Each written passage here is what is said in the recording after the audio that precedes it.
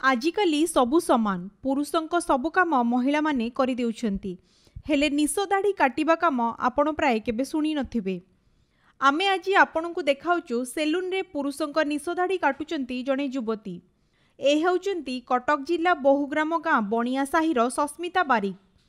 से निजे गोटिए छोट सेलून करिछंती। परिवार प्रतिपोषण करिबा पई से पुरुषंक चुटी काटिबा सह सेभिंग मध्य करुछंती। गत 7 वर्ष है निज कांधरे परिवार बोझ नहीं से बाट चली। एक्चुअली मीडिया भाई मान को धन्यवाद देवी जहाँ ये अवहेलित अवस्था झीटर को से हाइलाइट करप्रथम मीडिया भाई मान धन्यवाद देवी। ये सस्मिता बारिक जहाँ को आम काली रूपे जानीचे परिवार गोटे बुढ़ी माँ हूँ रोगिणा, बापा भी रोगिणा, रोजगारक्षम नुहति, दादा भी सेमती रोग माने रोजगार करती। परिवार बर्तमान मेम्बर 7-8 जन मेम्बर समस्त बोझ ये झीटी की मुंडिया पड़ू। प्रथम 2 वर्ष मुझे काटिला मुझे जापर नी से झील बोली कारण तू सब जाती मत से सेलून जे कुटिकार तपन जे ओनर मुझे पचारे ना ये झील मुझे तार परिस्थिति विषय में जाना पाइल जे से एमती परिवार भारी असुविधा ये सी कि माँ रोगिणा, दादा जो स्वल्प इनकम करती से प्रतिपोषण करती। झील बोली मुझे भाविनी मो सान भाई भाया भावी सी भी मो 7 वर्ष है कम कला भी चुटी कटा, दाढ़ी कटा, फेसियाल सबकि कम करुच्ची।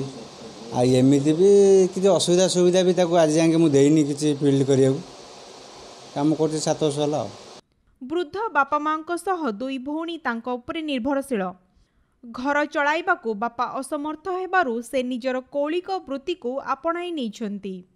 निजर इच्छा शक्ति पई से आज परिवार बोझ मुंडाई पारुछंती बोली कहिचंती। घर परिस्थिति खराब, बापा बुढ़ा हो गले, निजे चलिया पाई 2 भौणी को बाहागर करैथिली। घर परिस्थिति नहीं कि आज मुझे काम करुच्ची। पुआ तो नहीं घर तो चलिया को कष्ट। हाँ सान झुओ बाहागर कलु घर। सूचना अनुसार 1934 मसीह महात्मा गांधी ओडिशा आसीथिले। सेतिकी बेले सेभिंग करिबा पई कोनोसी बारिक मिली नथिले आउ नखी भंडारुणी सेही काम करिथिले। महात्मा गांधी समेत तांको अनुगामी मानंको से सेभिंग करिथिले।